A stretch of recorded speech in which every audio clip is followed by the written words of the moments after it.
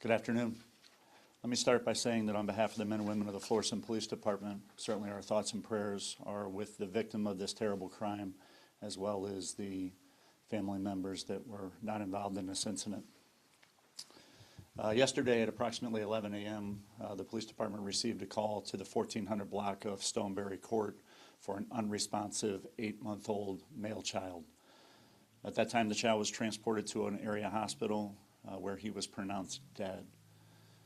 At the time of that call, it was very evident that the child had some severe trauma to its body, and at that point, members of the Criminal Investigation Division of the Florissant Police Department began an investigation into the incident that led to the child's death. Throughout the course of that investigation, we learned that the child's mother, Denisha Canamore, had a live-in boyfriend, Sylvester Knighton. And the 8-month-old victim was the victim of some pretty substantial child abuse over a series of months at the hands of Mr. Knighton, which eventually led to his death. It goes without saying that the loss of life is always a tragedy, but when there is an 8-month-old child that's involved, it becomes particularly difficult and hard to understand. There were also 3 additional children that were living in the home. There was a 10, a 6, and a 3-year-old sisters. And we learned throughout the course of the investigation that Mr. Knighton had also physically abused each of them at different times. We saw charges this morning on Mr. Knighton as well as the children's mother, Denisha Canamore. Charges were issued by the St. Louis County Prosecuting Attorney's Office for a variety of things. Mr. Knighton was charged with abuse or neglect of a child resulting in death.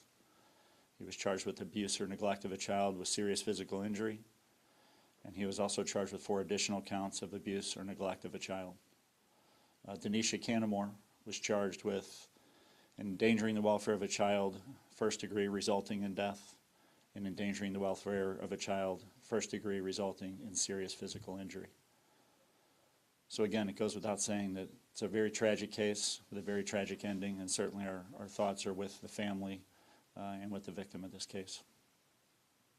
Is DCFS investigating? We have gotten family services involved. The 3 girls were placed into what we consider to be a safe environment, obviously with their assistance, and so they've been involved from the beginning. When you say trauma to this 8-month-old, can you elaborate on that? I don't see a tremendous amount of value into getting into very specific injuries, because I will be honest with you, it's very horrific. This young boy had endured some really serious physical injuries throughout his lifetime.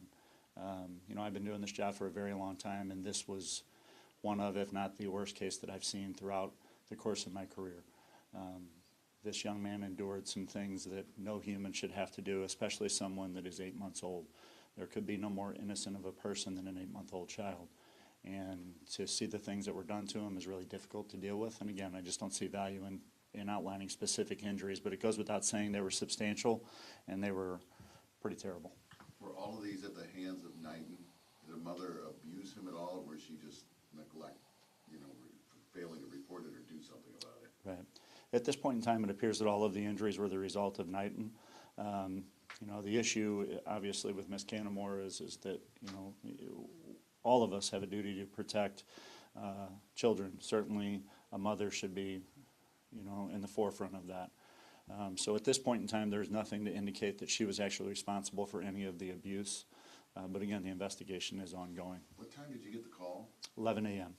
And was there, and I know I'm not looking for you to get graphic. Sure. But was there, if he had sustained these injuries over several months, was there something that happened yesterday or the night before? Absolutely. A final attack or something that...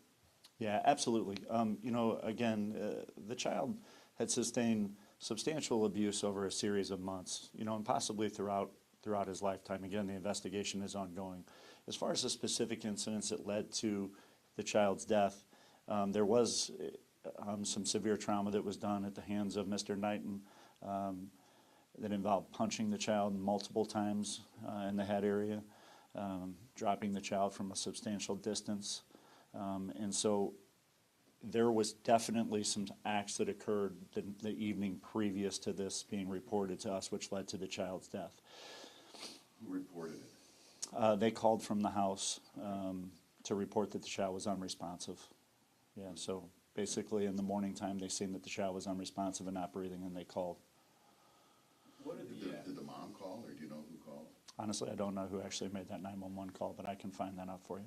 What are the age ranges of the other children that were in the home? The other children are 10, 6, and 3 years old, all female. And are they with relatives, or where are they now? Yeah, they've been placed in safe custody. Again, we work with Division of Family Services, and we placed them into safe custody. Were these crimes primarily physical? Was there any sexual nature to them? At this point, there's nothing to indicate there was any sexual abuse at all, only physical abuse. And was this the first, yesterday morning, you'd never been called there before for child abuse? Yeah, we have never been called to the home for any type of child abuse at all. And again, anytime there's a loss of life, it's tragic. But when it's an 8-month-old, I apologize. There's just something that brings that to the next level. These are difficult cases for the investigators, the officers that are involved, medical personnel. No one wants to see a loss of life. But again, there's no more innocent of a victim than there is an 8-month-old. Is there any indication how long this relationship was going on between these two individuals? Any idea, I guess, also of how long that abuse lasted? Yeah, and it's ongoing. The case, the investigation itself is ongoing, and they're going to be working on it for a while to try to put together as many pieces as they can. But again, it was pretty apparent from the condition of the child that there had been some abuse over time. Certainly, yeah, over time. Were they the only people living there? Yes. Non-boyfriend and his 3 kids? Yes. And is there, you said you were waiting on bond amount? Yeah, we're waiting on bond amount. That's kind of in progress. Again, it took a little longer for them to go through this morning or this afternoon than we anticipated. We've been working closely with the prosecuting attorney's office since the inception, since we first realized what we had. And so we're just kind of waiting on those final pieces to come in. And we should have that for you guys here shortly, hopefully.